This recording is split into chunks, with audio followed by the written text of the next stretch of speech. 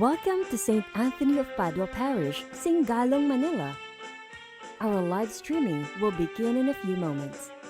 Please stand by. Like and follow our Facebook page to receive notifications. Like and subscribe to our other social media and messaging accounts.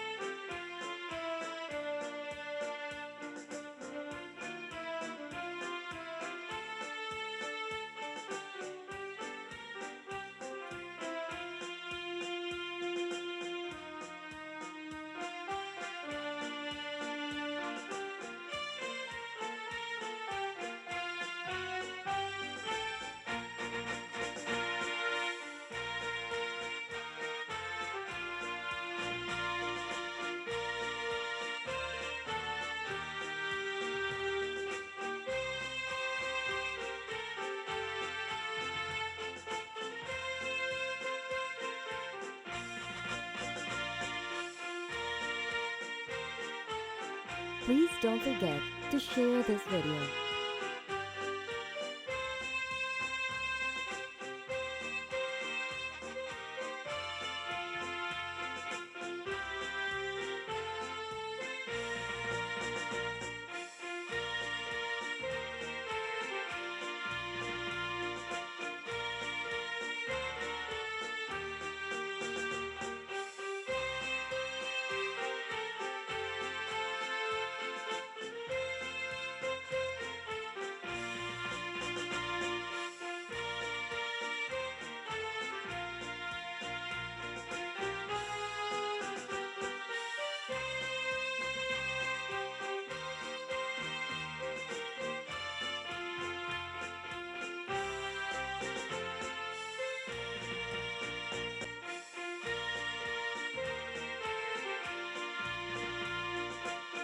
Welcome to St. Anthony of Padua Parish, Singalong, Manila.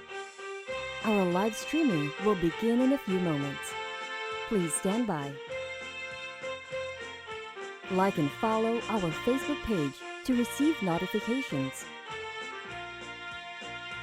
Like and subscribe to our other social media and messaging accounts.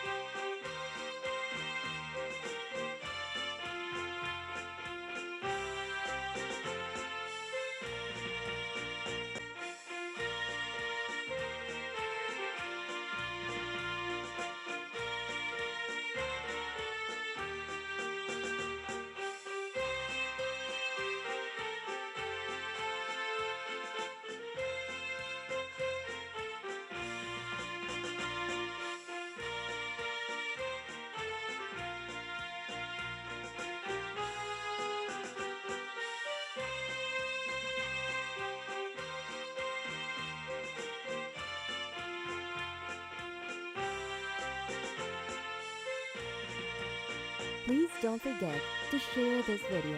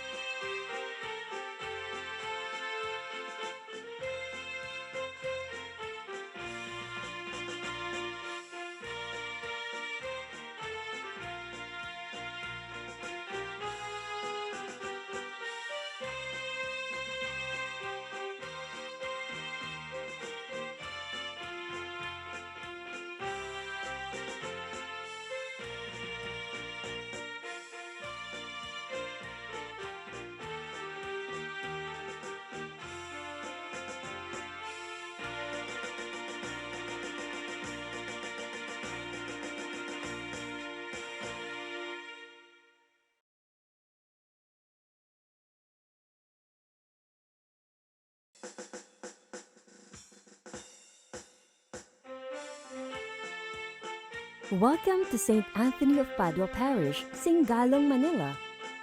Our live streaming will begin in a few moments. Please stand by. Like and follow our Facebook page to receive notifications. Like and subscribe to our other social media and messaging accounts.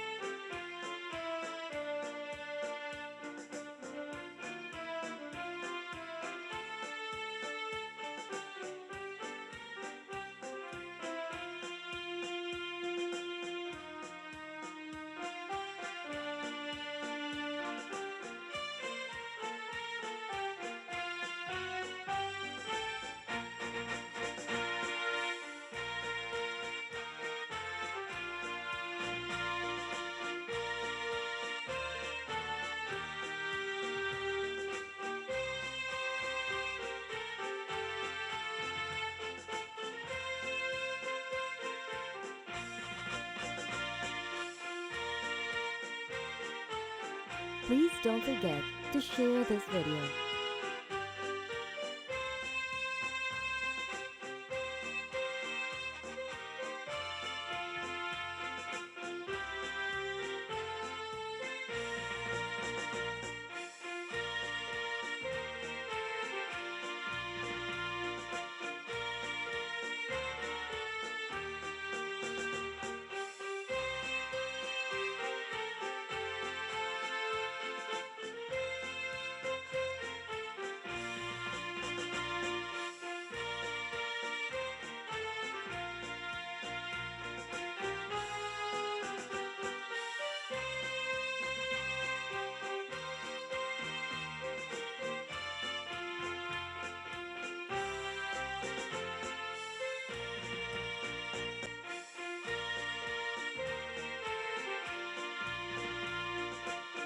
Welcome to St. Anthony of Padua Parish, Singalong, Manila. Our live streaming will begin in a few moments. Please stand by. Like and follow our Facebook page to receive notifications. Like and subscribe to our other social media and messaging accounts.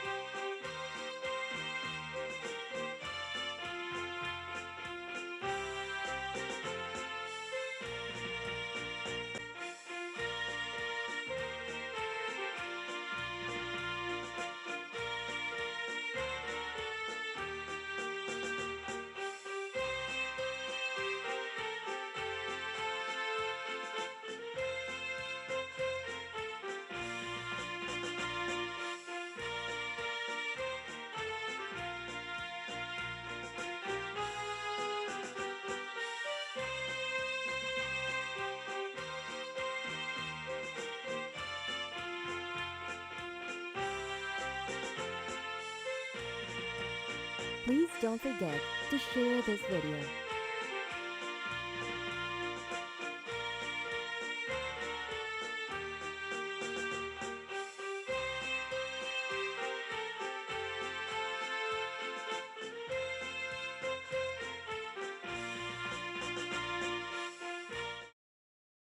Balita kay Santa Maria. At siya'y naglihila lang ng Espiritu Santo.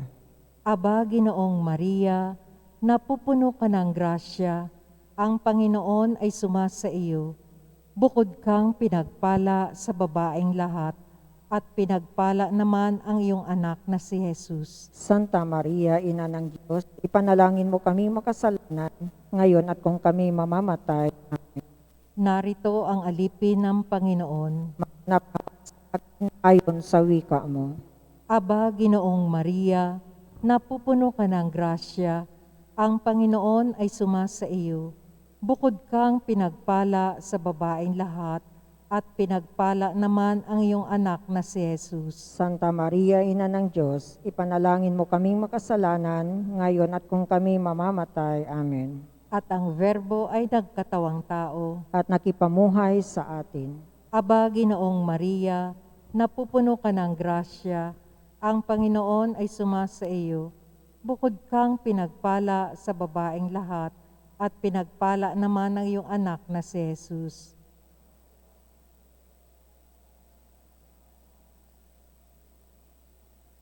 Ipanalangin mo kami, O Santang Ina ng Diyos.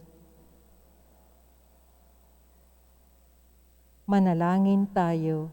Panginoon naming Diyos, kasihan mo nawa ang aming mga kaluluwa ng iyong mahal na grasya, at yayamang dahilan sa pamamagitan ng anghel, ay nakilala namin ang pagkakatawang tao ni Jesucristong anak mo, pakundangan sa mahal na sakit at pagkamatay niya sa krus. Papakinabangin mo kami ng kanyang pagkabuhay na maguli sa kalwalhatian sa langit, alang-alang kay Jesucristong Panginoon namin. Amen. Luwalhati sa Ama, sa Anak at sa Espiritu Santo. Kapara nung unang-una ngayon at magpakailanman at magpasa walang hanggan. Amen. Luwalhati sa Ama, sa Anak at sa Espiritu Santo. Kapara nung unang-una ngayon at magpakailanman at magpasa walang hanggan. Amen. Luwalhati sa Ama at sa Anak at sa Espiritu Santo. kapara noong unang-una, ngayon, at magpakailanman, at magpasawalang hanggan. Amen. Sa ngalan ng Ama, ng Anak, ng Espiritu Santo. Amen. Magandang gabi po mga kapatid. Tayo po ay nasa ikalawang linggo sa karaniwang panahon. Ang mamumuno po sa ating banal na pagdiriwang ay si Reverendo Padre Benny Tuazon. Sinasamba ka ng tanan, poong Diyos ng sanlibutan, ikaw ay inaawitan, sinasamba ang iyong ngalan, poong kataas-taasan.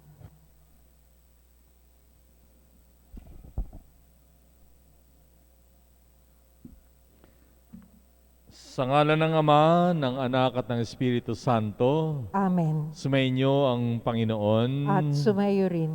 Sumuli nagtitipon tayo sa ngalan ng ating patron. Patuloy tayong magpasalamat sa Diyos sa pamamagitan ng patron natin.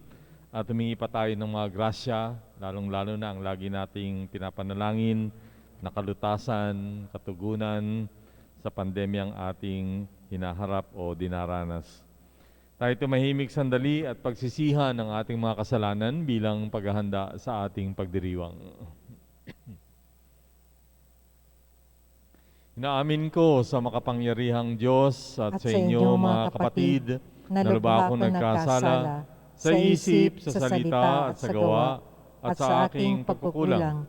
Kaya isinasamo ko sa mahal na Birheng Maria, sa lahat ng mga anghel at mga banal, at sa inyo mga kapatid, na ako'y panalangin sa Panginoong ating Diyos.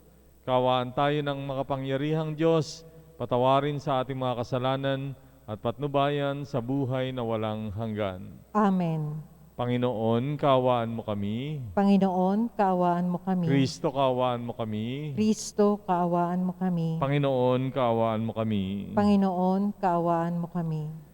Ama naming makapangyarihan, ibinigay sa iyong sambayanan si San Antonio bilang mahusay na tagapangaral at tagapanalangin para sa mga pangangailangan.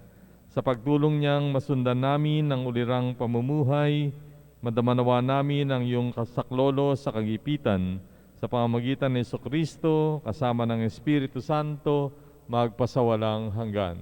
Amen.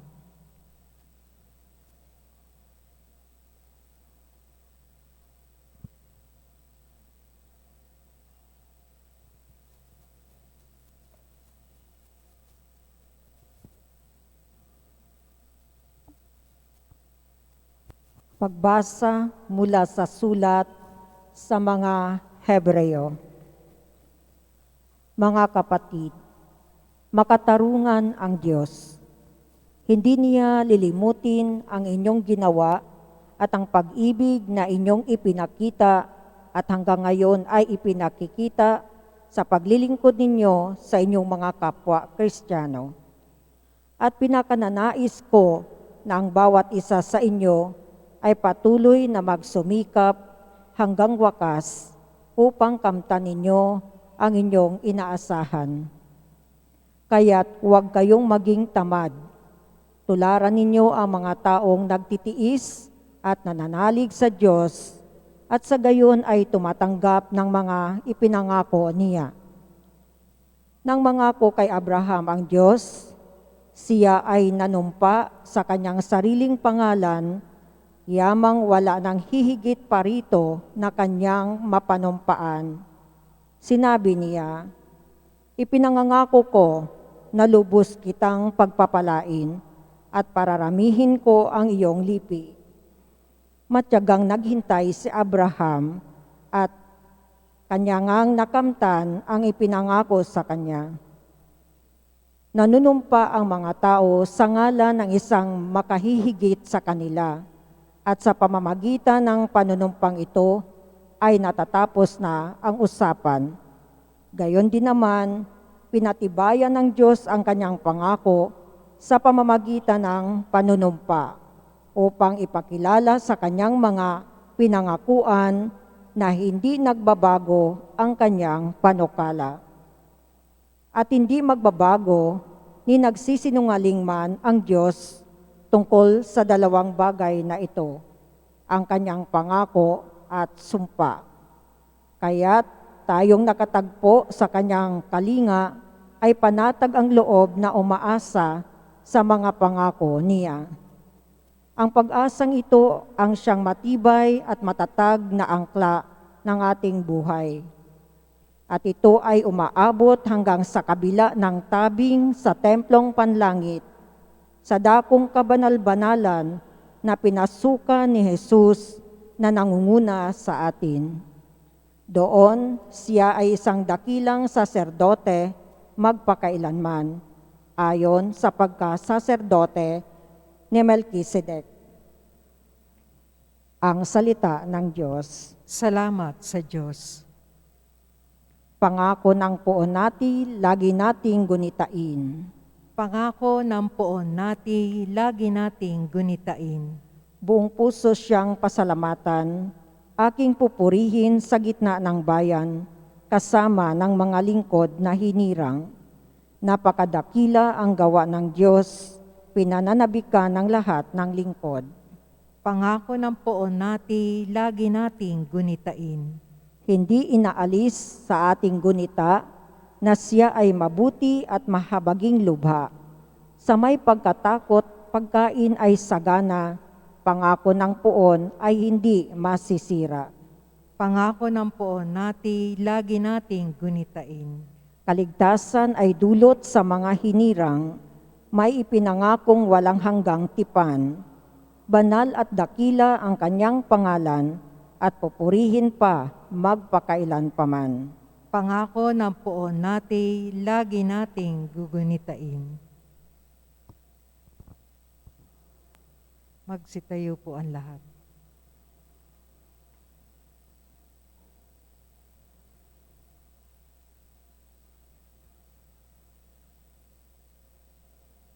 Itinakda ang araw ng pamamahinga para sa kabutihan ng tao. Hindi nilikha ang tao para sa araw ng pamamahinga. Sumainyo ang Panginoon. At sumayo rin. Ang mabuting balita ayon kay San Mateo o San Marcos. Papuri sa Diyos sa kaitasan. Isang araw ng pamamahinga na paraan si Jesus at ang kanyang mga alagad sa tabi ng triguhan. Habang daan ay nangingitil ng uhay ang mga alagad. Kaya't sinabi ng mga Pariseyo kay Jesus, "Tingnan mo ang ginagawa ng iyong mga alagad. Bawal yan kung araw ng pamamahinga." Sinagot sila ni Jesus, "Hindi pa ba ninyo nababasa ang ginawa ni David noong si Abiatar ang pinakapunong saserdote?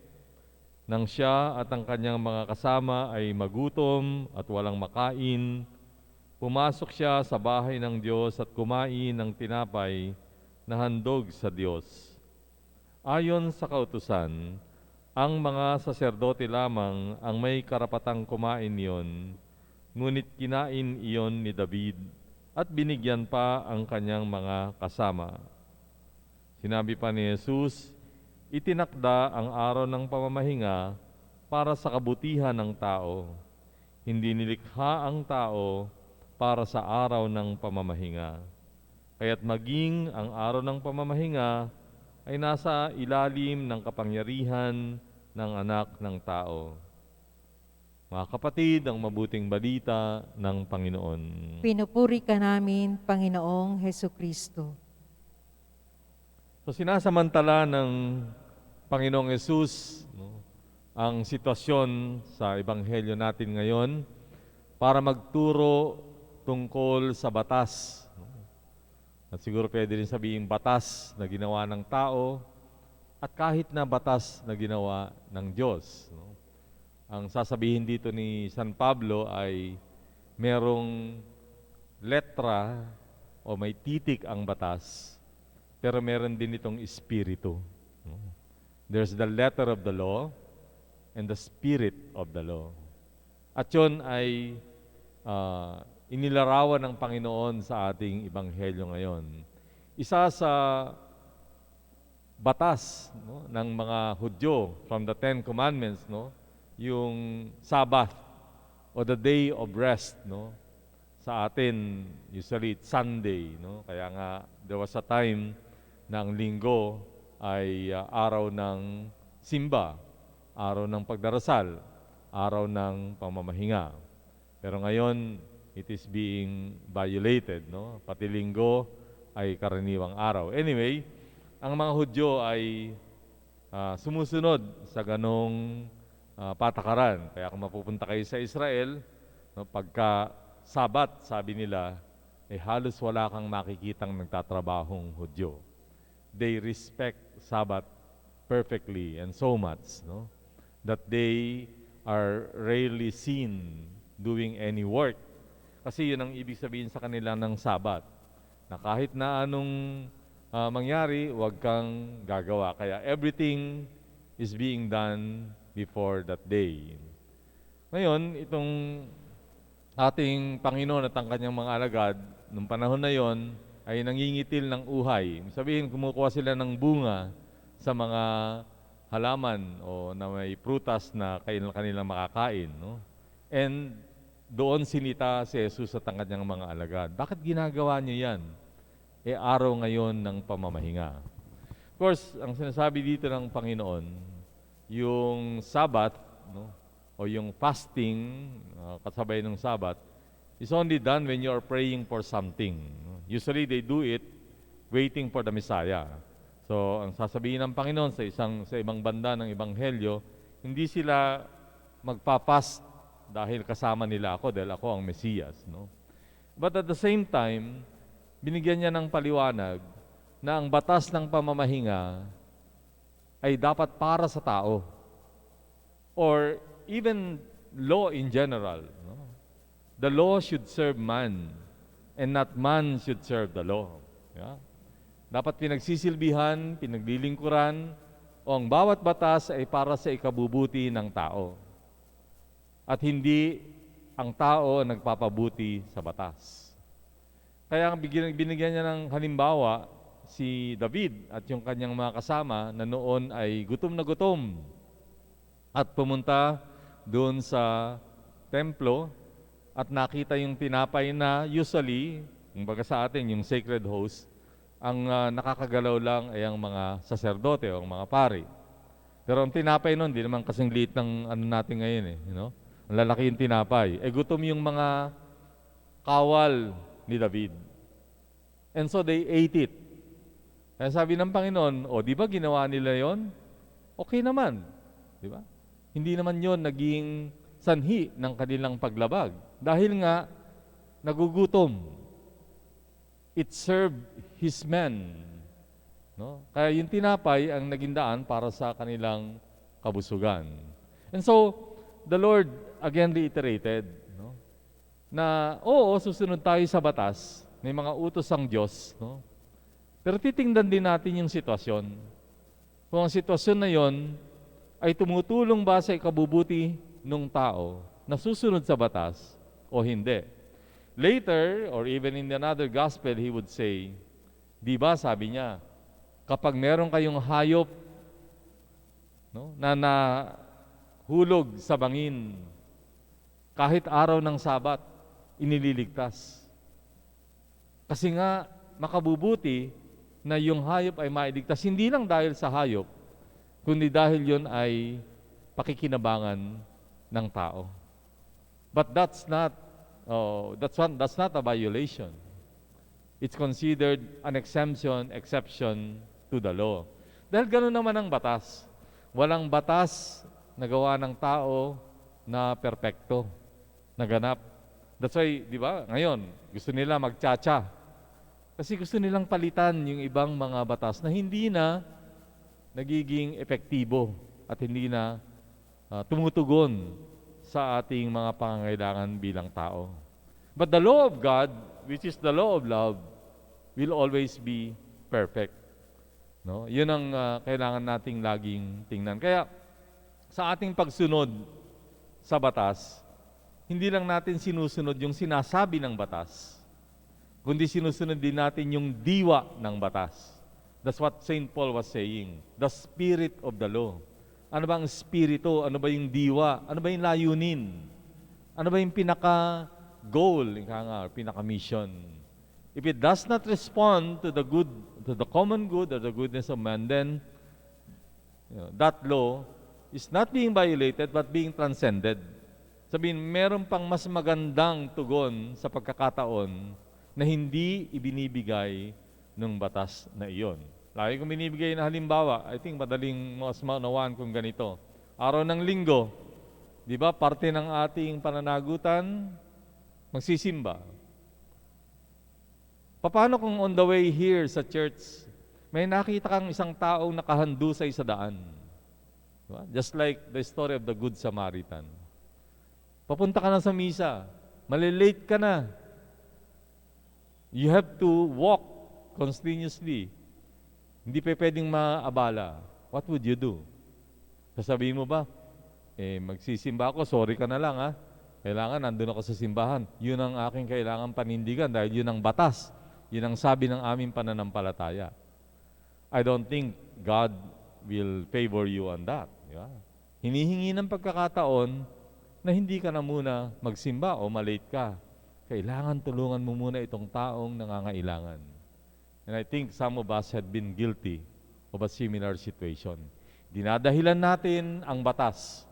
Dinadahilan natin ang mga patakaran para lang makaiwas sa isang malinaw at magandang pananagutan. So, maganda yung paalala ng Panginoon, no? Na ang araw ng pamamahinga o ang batas ay para sa ating kabutihan at hindi kabaliktaran.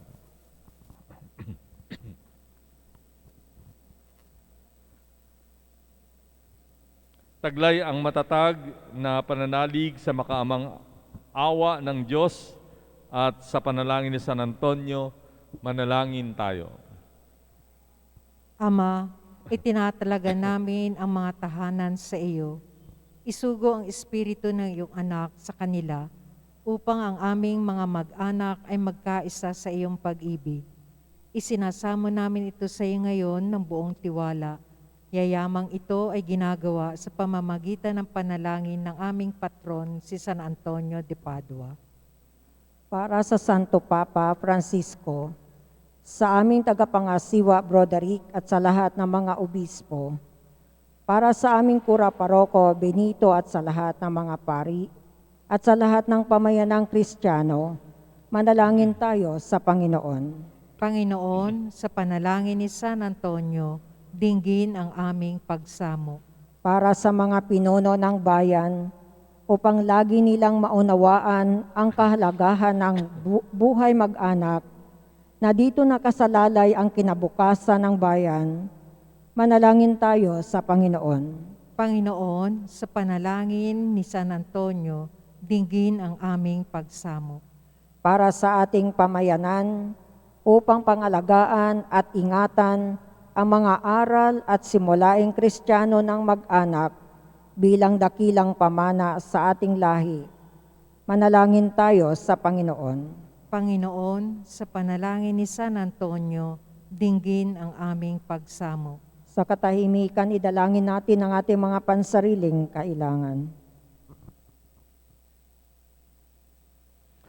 Pinasasalamatan ka namin, Ama, na iyong pinagiging banal ang mga tao sa pamamagitan ng mga mag-anak.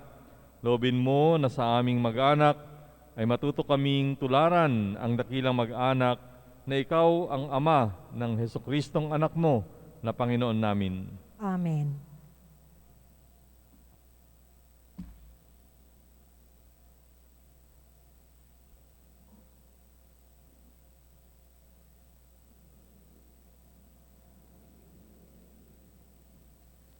Bless them, Lord.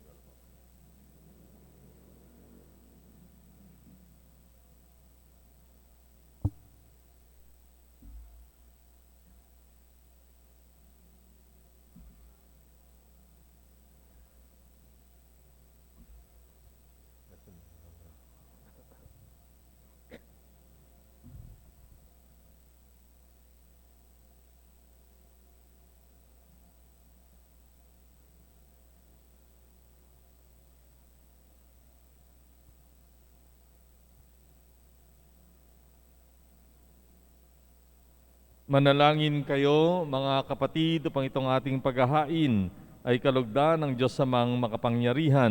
Tanggapin nawa ng Panginoon ito paghahain sa iyong mga kamay, sa kapurihan niya at karangalan sa ating kapakinabangan at sa buong sambayanan niyang banal.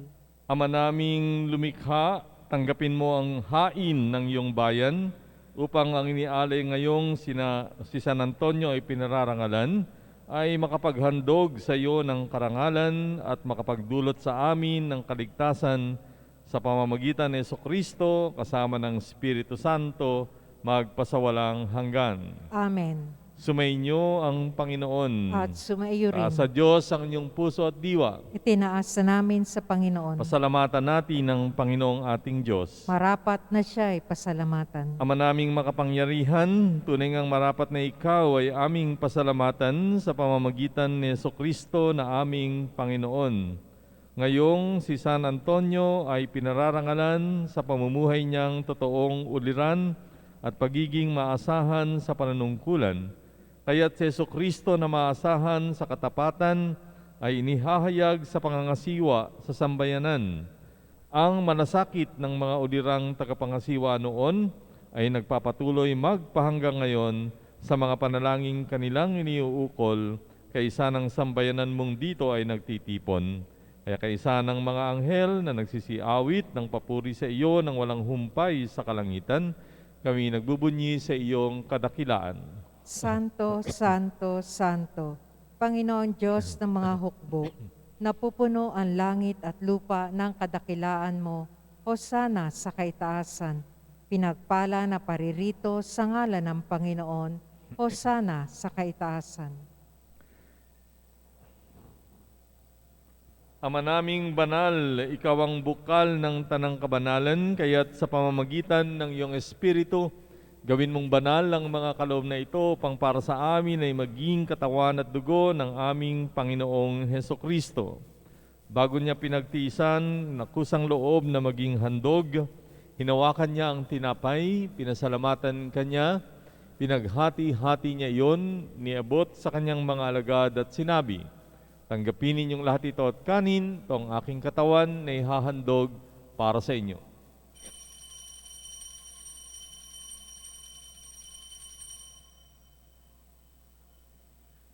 Gayun din naman nung matapos ang hapunan, hinawakan niya ang kalis, muli kanyang pinasalamatan, iniabot ang kalis sa kanyang mga alagad at sinabi, tanggapin ninyong lahat ito at inumin, ito ang kalis ng aking dugo, ng bago at walang hanggang tipan.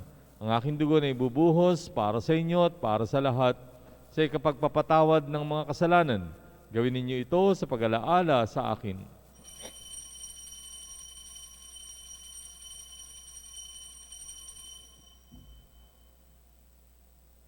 Pagbunyi natin ang misteryo ng pananampalataya.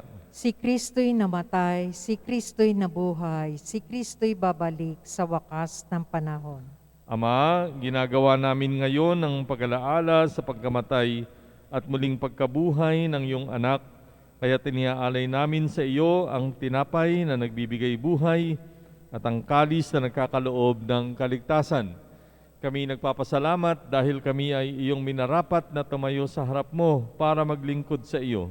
Sinasamo namin kaming magsasalo-salo sa katawan at dugo ni Kristo ay mabuklod sa pagkakaisa sa pamamagitan ng Espiritu Santo. Amalingapin mo ang iyong simbahang laganap sa buong daigdig.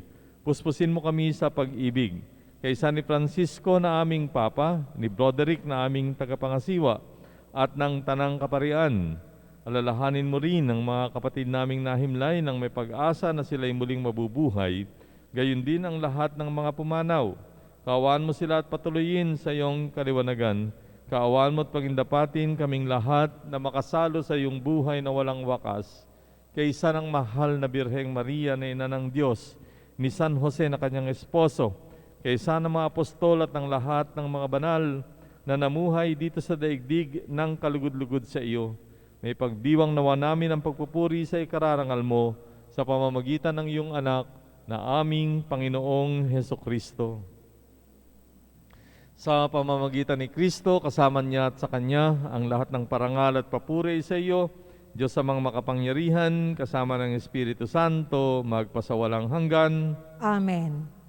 sa tagubilin ng mga nakagagaling na utos at turo ni Jesus na Panginoon natin at Diyos, pahayag natin ang lakas loob.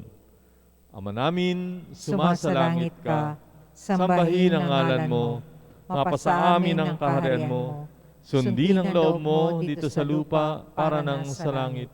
Bigyan mo kami ngayon ng aming kakanin sa araw-araw, at patawarin mo kami sa aming mga sala, para ng pagpapatawad namin sa nagkakasala sa amin. Huwag mo kaming paintulot sa tukso, at iadya mo kami sa lahat ng masama.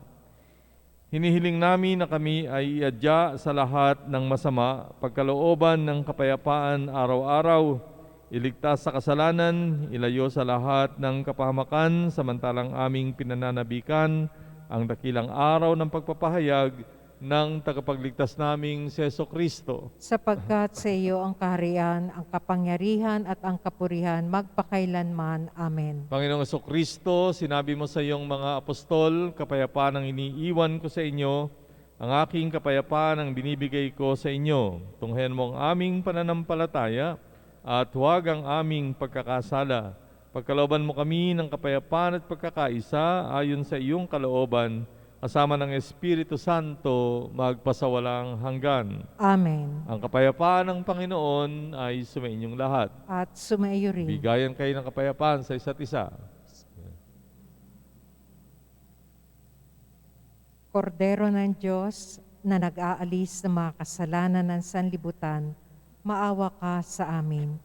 Kordero ng Diyos na nag-aalis ng mga kasalanan ng sanlibutan, maawa ka sa amin. Kordero ng Diyos na nag-aalis sa mga kasalanan ng sanlibutan, ipagkaloob mo sa amin ang kapayapaan. Mga kapatid, narito ang ating Panginoong Jesucristo, ang Kordero ng Diyos na nag-aalis ng mga kasalanan ng sanlibutan. Mapapalad ang mga inanyayahan sa kanyang piging. Panginoon, hindi ako karapat-dapat na magpatuloy sa iyo, ngunit sa isang salita mo lamang ay gagaling na ako.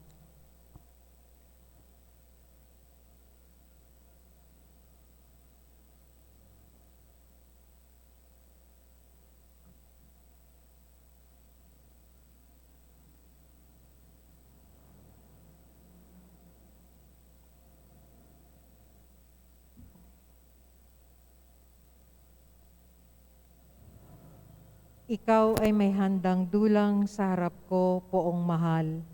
Ako'y iyong binibigyan ng kopang maiinumang, may inuming umaapaw.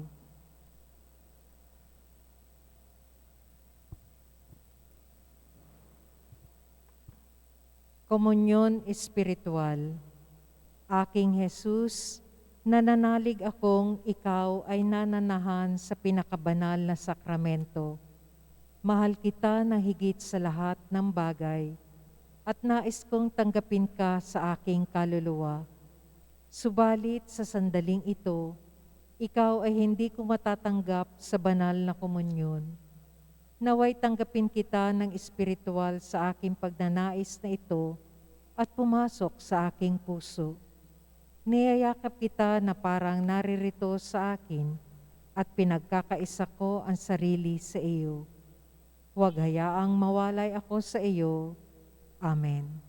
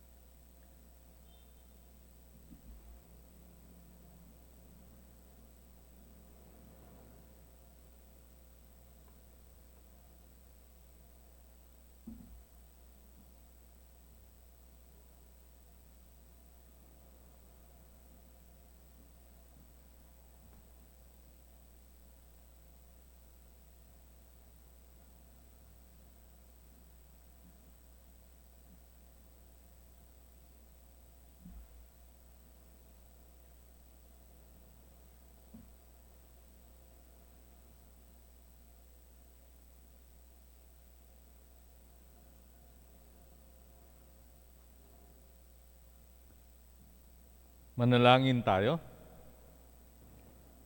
Ama naming mapagmahal, ang tinanggap naming banal na pakikinabang ay maghanda nawa para sa aming pagkakamit ng kaligayahan na itinulot ni San Antonio ng iyong paglingap na maasahan sa pamamagitan ni Jesucristo kasama ng Espiritu Santo magpasawalang hanggan. Amen.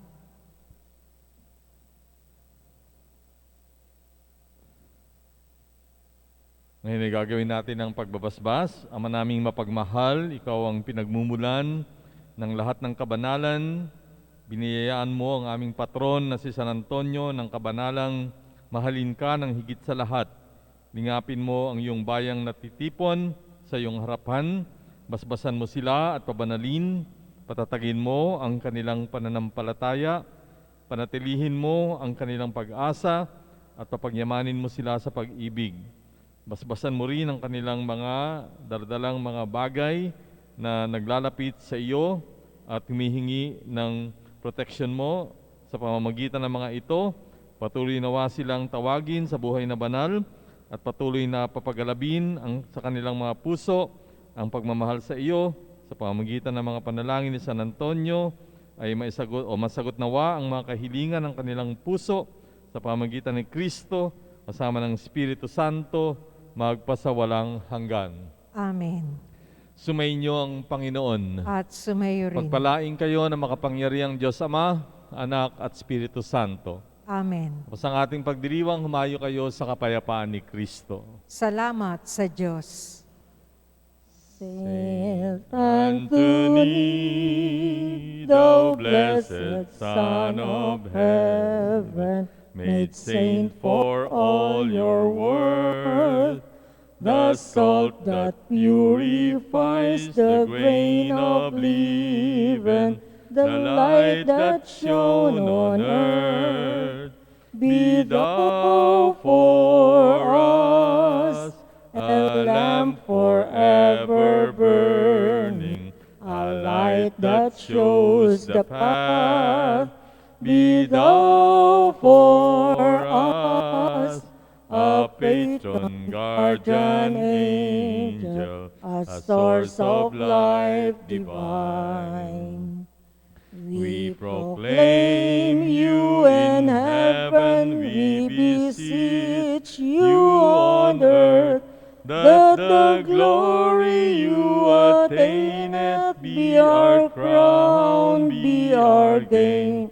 And we'll witness the wonders of a new world in Christ, heaven's sweetness for tasting while on earth we pass by. Saint Anthony, thou blessed Son of Heaven, made saint for all your worth, the salt that purifies the grain of leaven, the light that shone on earth. Be thou for us a lamp forever burning, a light that shows the path. Be thou for us a patron, guardian angel, a source of life divine.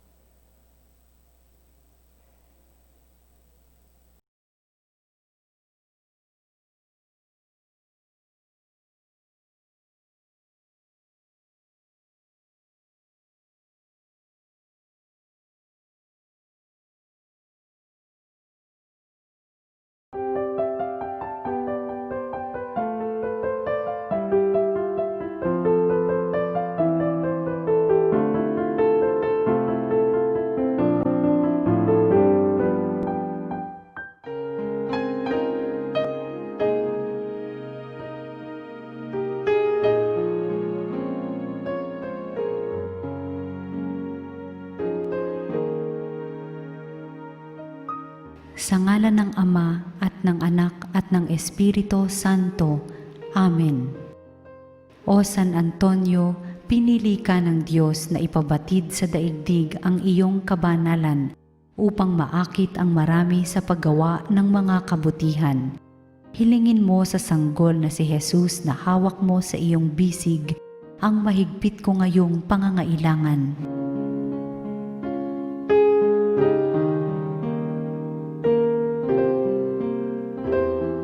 Samahan mo ako sa aking panalangin sapagkat ang dasal ng isang banal na kagaya mo ay dinirinig ng Diyos.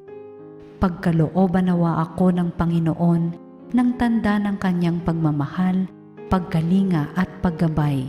Sa tulong mo, naway ipagkaloob niya sa akin ang kaganapan ng buhay at ang pag-ibig na walang hanggan. Amen.